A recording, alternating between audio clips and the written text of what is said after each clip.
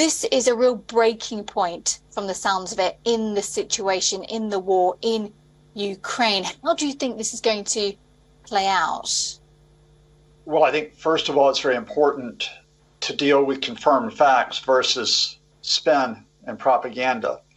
As I speak to you, there is no, and I repeat, no evidence to back up the claim of Yevgeny Prigozhin, the leader of Russia's mercenary Wagner group, that they control all of Bakhmut, this city in eastern Ukraine. He has made these claims in the past. This morning he makes this claim, but we haven't yet seen the flag over the central administration building in Bakhmut. We don't know if he's referring to just an administration building or just a building. This announcement has as much to do with the infighting between Mr. Prigozhin and other Russian leaders, and in particular, a bombing in St. Petersburg in Russia overnight that killed one of Mr. Prigozhin's allies, a military blogger.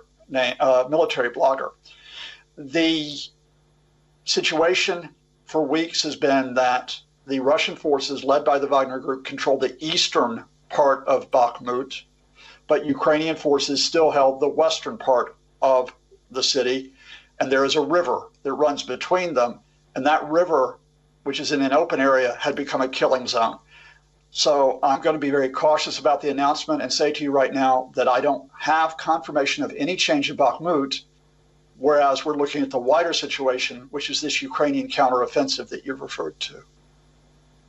Yeah, I think you're quite right there. We do have to be delicate with these facts. Can I get you just to elaborate there? You spoke about the infighting. What do you mean by that exactly?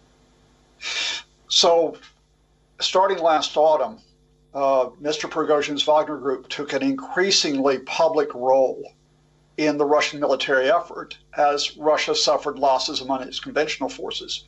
So when Russia wanted to take Bakhmut, which they've been trying to seize since May, they relied on the Wagner group to do so with what are being called human wave attacks, just, almost like a zombie movie, wave after wave. And as soon as you kill them, there are more that show up.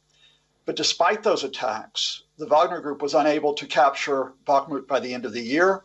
It was unable to capture it by the first anniversary of the invasion, which was February the 24th, and it was unable to capture it by April the 1st, which was the deadline set by the Russian Defense Ministry. So Mr. Prigozhin has been criticizing the Defense Ministry. He says it's been starving my fighters of ammunition and equipment. He said that Russian officials are in a monstrous bureaucracy. He even called them traitors. So you've got Prigozhin, who is in a battle with the Russian Defense Ministry for influence. And so these statements he makes from Ukraine in part are to bolster him and to say to Vladimir Putin, I'm the guy you should rely on, not your own defense ministry or your commanders. A dangerous mess from the sounds of things. Thank you so very much indeed for the clarity there and for your expertise on the topic. We appreciate your time. That's Scott Lucas there, political analyst and professor of international politics there at the Clinton Institute, the University of College Dublin.